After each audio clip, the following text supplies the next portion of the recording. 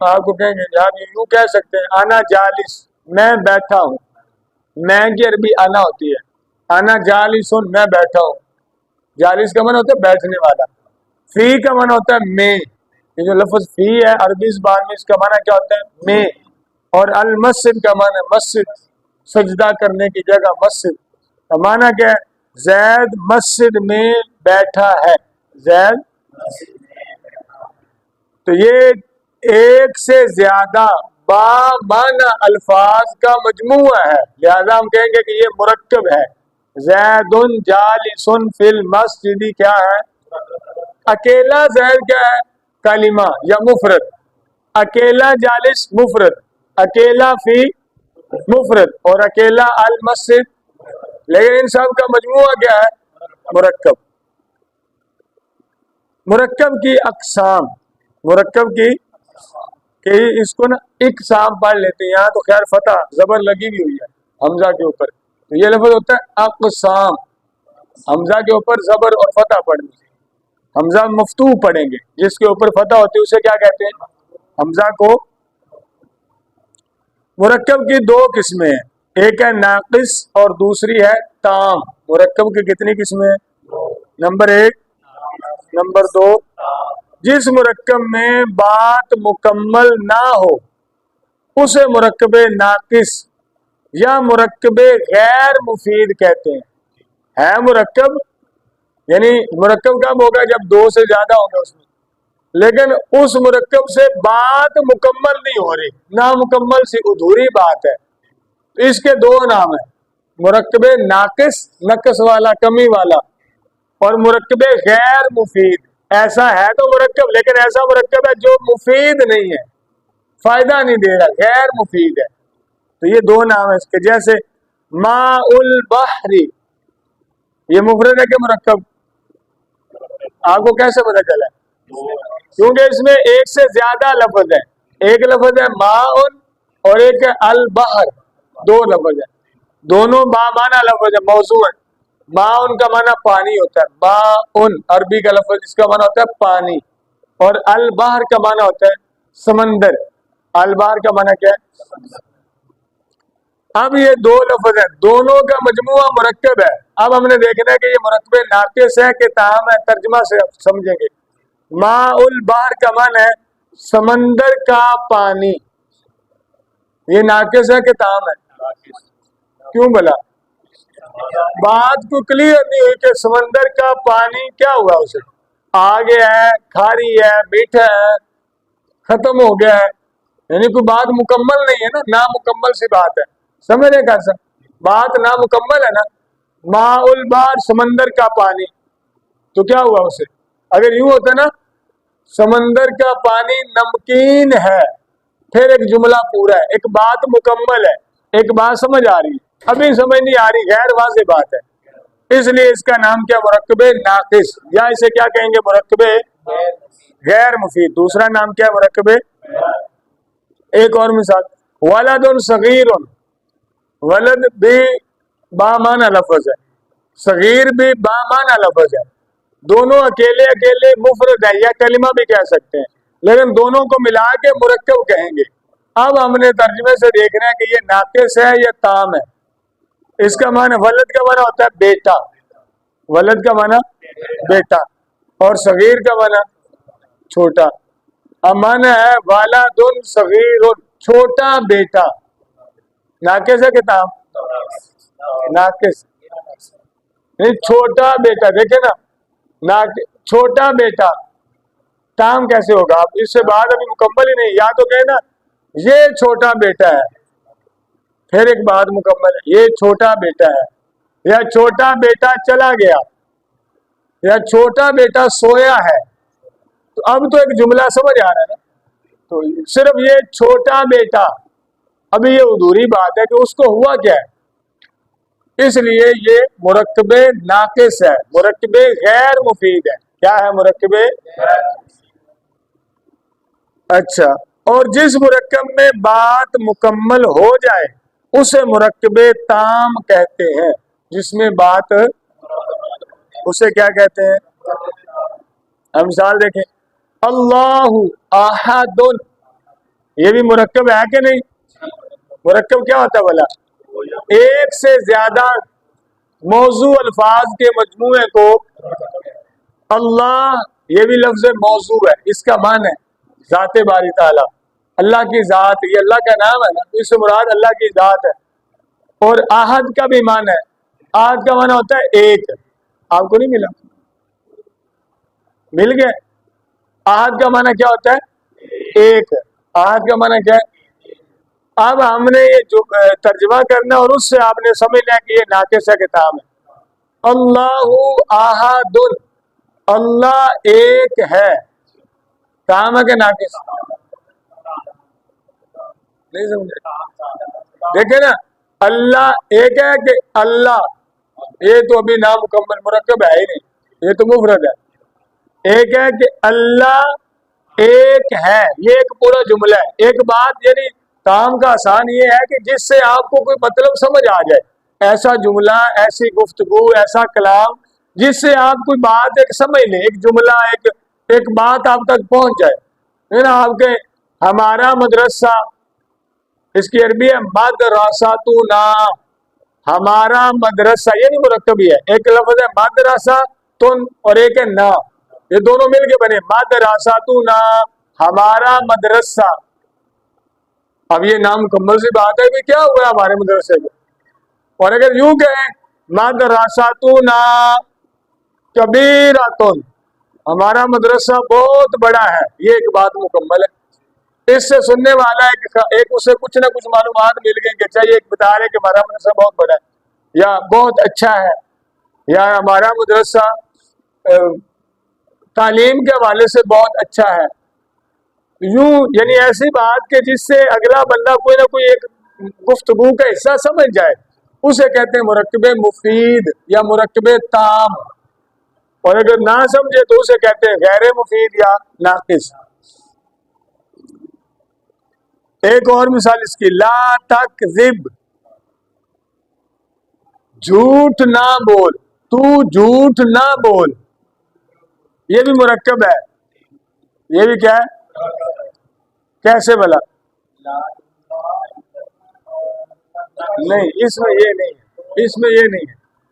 یہاں لا کو نا علیحدہ کلمہ نہیں تصور کیا گیا ہے، تو یہ علیحدہ، لیکن یہ ایک حرف ہے، اصل میں یہ مرکب ہے۔ یہاں پہ تکذب کے اندر ایک لفظ چھپا ہوا ہے، وہ ہے انتا، جس کا معنی کیا ہے نا تو۔ تکذب کا معنی ہوتا ہے جھوٹ، اور لا کا معنی ہے نہ، لا تکذب، جھوٹ نہ، جھوٹ نہ بول، یوں کہہ لیں۔ اور اس کے اندر ایک لفظ ہے چھپا ہوا، وہ ہے انتا، اس کا معنی ہے تو جھوٹ نہ بول، یا آپ جھوٹ نہ بولیں۔ ادب کے لیے یوں بولیں گے، آپ جھوٹ، یہ بھی تام ہے نا، یعنی ایک پوری ایک بات ہے کہ آپ کو ایک بات بتائی گئی ہے کہ آپ جھوٹ نہ بولیں۔ بات سمجھ آئیے؟ یہ بھی مرکب ہے اور مرکب ہے۔ اس کے تین چار نام ہے ٹوٹل۔ ایک ہے مرکب تام، ایک ہے مرکب مفید، فائدہ مند مرکب، فائدہ دینے والا، جس سے کوئی فائدہ حاصل ہوتا ہے، اور ایک اس کا نام ہے جملہ، اسے جملہ بھی کہتے ہیں، ایک پورا جملہ، اور ایک نام ہے اس کا کلام۔ ٹوٹل کتنے نام ہیں؟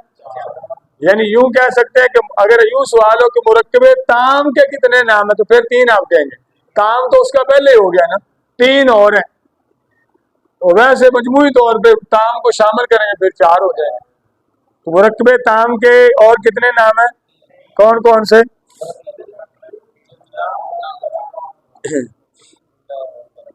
جملے کی اقسام۔ اب جملہ مرکب مفید ہوتا ہے نا، یعنی اگر آپ سے پوچھا جائے جملہ کیا ہوتا ہے تو آپ کہیں گے نہیں، اس کی تعریف کیا ہے؟ جو مرکب متام کی ہے، جو مرکب مفید کی ہے، وہی اس کی کرنی ہے۔ وہ مرکب جس میں بات مکمل ہو جائے۔ آپ سے پوچھا جائے نا جملہ کیا ہوتا ہے تو آپ کہیں وہ مرکب جس سے بات مکمل ہو جائے۔ مرکب مفید کیا ہوتا ہے؟ وہ مرکب جس سے بات مکمل ہو جائے۔ کلام کسے کہتے ہیں؟ وہ مرکب جس سے بات مکمل ہو جائے۔ مرکب تام کیا ہوتا ہے؟ وہ مرکب جس سے بات مکمل ہو جائے۔ ان چاروں ناموں کے سوال پر جواب تو ایک ہی ہے نا، کیونکہ یہ ایک ہی تعریف کے چار نام ہیں، تو تعریف وہی ایک ہی کرنی ہے۔ جملے کی اقسام، جس جملے کا پہلا جز اسم ہو اسے جملہ اسمیہ کہتے ہیں، اسے جملہ اسمیہ کہتے ہیں۔ البستان جمیل، پہلے تو یہ دیکھیں کہ یہ مرکب ہے یا مفرد ہے؟ مرکب ہے، کیونکہ اس میں ایک سے زیادہ بامعنی الفاظ ہیں یا موضوع الفاظ ہیں۔ ایک لفظ ہے البستان اور دوسرا لفظ کون سا ہے؟ دو لفظ ہے نا، دونوں بامعنی موضوع ہے۔ بستان کا معنی ہوتا ہے باغ اور جمیل کا معنی ہوتا ہے خوبصورت، دونوں بامعنی لفظ ہے۔ اب ہم نے دیکھنا ہے کہ یہ مرکب مفید ہے کہ غیر مفید، پہلے یہ آپ نے فیصلہ کرنا ہے۔ اس کا معنی ہے باغ خوبصورت ہے، اب آپ بتائیں گے کہ مفید ہے کہ غیر مفید؟ مفید ہے، کیونکہ ایک پوری بات سمجھ آ رہی ہے، ایک جملہ ہے باغ خوبصورت ہے، مرکب مفید ہے، یہ بھی طے ہو گیا۔ اب مرکب مفید کا دوسرا نام تھا جملہ، اس کی آگے قسموں میں سے ہم نے یہ پہلی قسم پڑھی ہے کہ جس جملے کا پہلا جز اسم ہو اسے کہتے ہیں جملہ اسمیہ۔ اب یہ بھی آگے سبق ایک آئے گا جس میں اسم کی علامتیں آئیں گی کہ اسم کی کون کون سی نشانی ہیں۔ اس میں سے ایک نشانی ابھی آپ فی الحال یہ سمجھ لیں کہ جس کے شروع میں الف لام آ جائے نا، حرف تعریف، پیچھے ہم نے پڑھا نا الف لام، ال کو حرف تعریف کہتے ہیں، حرف جس کلمہ کے جس لفظ کے شروع میں الف لام آ جاتا ہے نا وہ اسم ہوتا ہے، وہ کیا ہوتا ہے؟ اسم ہوتا ہے۔ تو پہلا لفظ ہے البستان، اس کے شروع میں الف لام ہے، اصل لفظ بستان ہے، شروع میں الف لام لگا کے اس کو حرف تعریف کے ساتھ معرفہ بنایا ہے، خاص بنا دیا، تو یہ اسم ہے۔ تو جس جملے کا پہلا اسم ہوتا ہے اسے کہتے ہیں جملہ اسمیہ۔ کیا کہتے ہیں؟ جملہ اسمیہ کسے کہتے ہیں؟ جس جملے کا پہلا جز جیسے البستان، اور جس جملے کا پہلا جز فعل ہو اسے جملہ فعلیہ کہتے ہیں، اسے جیسے ناصارا راجول، پہلے تو یہ کنفرم کریں کہ یہ جملہ ہے۔ جملہ کہتے ہیں، جملہ ویسے کہتے ہیں جس مرکب سے بات مکمل ہو جائے، جس مرکب سے مکمل ہو جائے۔ اب دیکھیں ناصارا ایک کلمہ ہے اور راجول دوسرا کلمہ ہے، دونوں بامان ہیں، دونوں کا معنی ہے۔ ناصارا کا معنی ہوتا ہے مدد کرنا یا اس نے مدد کی، اور راجل کا معنی ہوتا ہے آدمی۔ عربی کے اندر آدمی کو کیا کہتے ہیں؟ رجل، راجل آدمی۔ یعنی یہ بھی آپ اگر مثالیں یاد کریں گے تو بہت سارے لفظ بھی ہمیں یاد ہو رہے ہیں نا، یہ آپ نے کوشش کرنی یاد رکھنے تاکہ عربی کے ان کو آپ استعمال کر سکتے ہیں، دوسرے سے پوچھ سکتے ہیں آدمی کی عربی کیا ہے، باغ کی عربی کیا ہے، یوں وہ دہرائیں گے نا تو جتنے زیادہ الفاظ عربی کے یاد ہوں گے آگے پڑھنا اور آسان ہوتا جائے گا خود سے۔ اب اس کا معنی بنتا ہے آدمی نے مدد کی، ناصارا راجول، مرد نے مدد، مرد بھی کر سکتے ہیں آدمی، مرد نے مدد کی۔ اب آپ بتائیں کہ یہ مرکب تام کے ناقص، دیکھیں مرد نے مدد کی، یہ ایک پوری بات ہے، آدمی نے تام ہے، لیکن ہم نے فی الحال یہ دیکھنا ہے کہ اس کا پہلا فعل ہے، جو پہلا جز ہے وہ ہے ناصارا، اور ناصارا فعل ہے۔ اس کے بھی آگے سبق میں آئیں گی نشانیاں کہ فعل کون کون سے ہوتے ہیں، ہمیں کیسے پتہ چلے گا کہ یہ اسم ہے کہ فعل ہے، تو فعل کی نشانی ہے۔ فی الحال یہ سمجھ لیں کہ ناصارا فعل ہے، تو جس کا پہلا فعل ہوتا ہے اسے کیا کہتے ہیں؟ جملہ، بولیے جملہ۔ اسی طرح جس جملے کو سچا یا جھوٹا کہا جا سکتا ہو اسے جملہ خبریہ کہتے ہیں۔ جس جملے کو اسے کیا کہتے ہیں؟ جملہ۔ جیسے انا کاتبن، میں نے تھوڑی دیر پہلے آپ کو بتایا تھا انا کا کیا مطلب ہوتا ہے؟ میں، اور کاتب کا معنی ہوتا ہے لکھنے والا، کاتب، کتابت نہیں لکھا ہوتا دار الکتابت، یا یہ آپ جب بینر لکھتے ہیں نا تو اس پہ بھی لکھا ہوتا ہے، فلیکسوں پر بھی لکھا ہوتا ہے، تو دار الکتابت یا کاتب۔ تو کاتب کا معنی ہوتا ہے لکھنے والا. آنا کاتب کا معنی میں لکھنے والا ہوں. میں ایک تو یہ جملہ ہے, مرکب تام ہے, ایک پوری بات ہے. دوسری بات یہ ہے کہ یہ ہے بھی جملہ اسمیہ کیونکہ اس کا پہلا جو جز ہے نا وہ ہے آنا, اور آنا اسم ہے. یہ الگ سے ایک نشانی فی الحال آپ نے جو پڑھی ہے وہ تو الف لام والی پڑھی ہے, لیکن اس کی اور بھی نشانیاں فی الحال پاس اعتماد کرتے ہوئے اتنا یاد رکھیں کہ یہ اسم ہے. آنا کیا ہے؟ یہ جملہ اسمی ہے. لیکن آگے ہم نے یہ دیکھنا ہے کہ کیا اس کو سچا یا جھوٹا کہا جا سکتا ہے, تو پھر یہ جملہ اسمیہ خبریہ ہے. خبریہ جسے سچا بھی کہہ سکتے ہیں جھوٹا بھی کہہ سکتے ہیں. اب یہ احتمال ہے اس میں ہے, یعنی جب کو فرض کریں کسی نے کہا انا کاتب, میں کاتب ہوں, تو یہ بھی ممکن ہے کہ وہ سچ کہہ رہا ہے, یہ بھی ممکن ہے کہ جھوٹ بول رہا ہے. دونوں باتیں ممکن تو ہے نا, ناممکن تو نہیں ہے. تو جس میں دونوں امکان ہوتے ہیں, سچ کا بھی جھوٹ کا بھی, دونوں احتمال ہوتے ہیں, اسے کہتے ہیں جملہ خبریہ.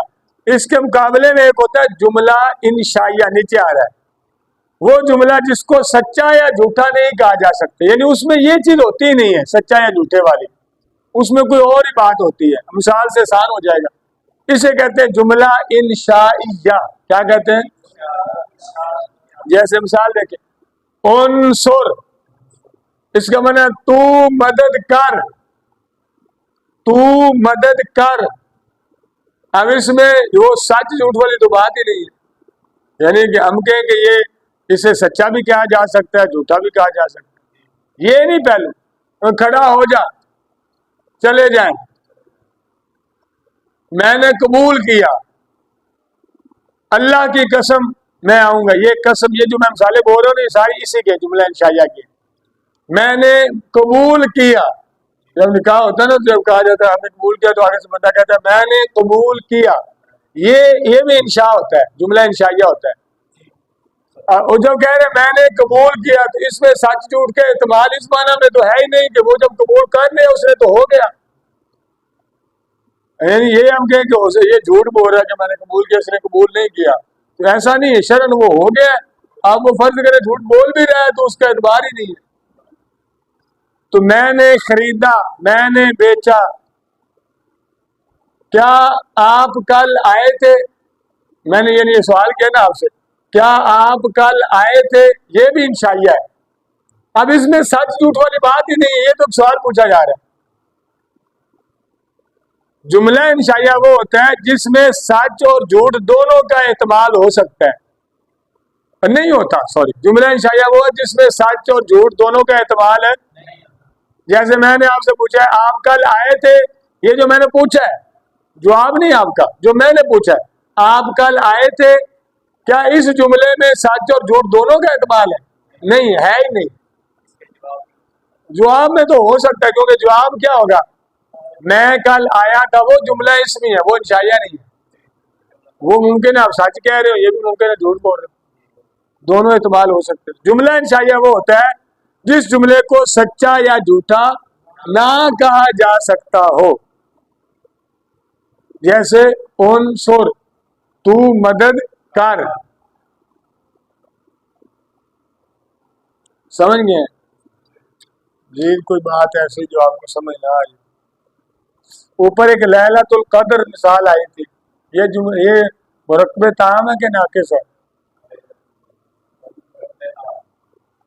اس کا ترجمہ آپ کو نہیں آتا, اس لیے آپ نے غلطی کی ہے. اس کا معنی ہے قدر والی رات. ناقص ہے. یا تو یہ ہے نا کہ آج قدر والی رات ہے, یہ تام ہے.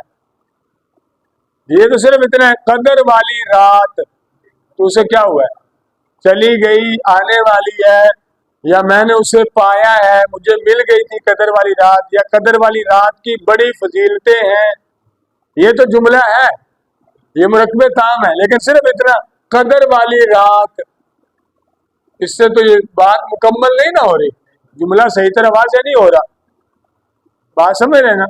میرے ابو, ابو نا ہمارے ابو ہے, اور ابی کا معنی ہوتا ہے میرے ابو, یعنی ابو کی عربی ہوتی ہے والد کی, ابو کی ابن, لفظ ابن. اس کے ساتھ یا لگائیں تو یوں پڑھے ابھی اس کا معنی ہے میرے باپ. اب یہ بتائیں مرکب تام ہے کہ ناقص؟ ہاں صرف ابھی ناقص ہے. میرے والد بس یہ عربی ہے. تو کیا ہوا ہے؟ یاد رکھیں میرے والد زندہ ہے, میرے والد فوت ہو چکے ہیں, میرے والد بیمار ہیں. یہ ہے تام, ایک پورا جملہ ہے نا. لیکن صرف میرے والد یہ تو ناقص ہے کیونکہ بات صحیح طرح مکمل ہے. سمجھ رہے نا بات کو؟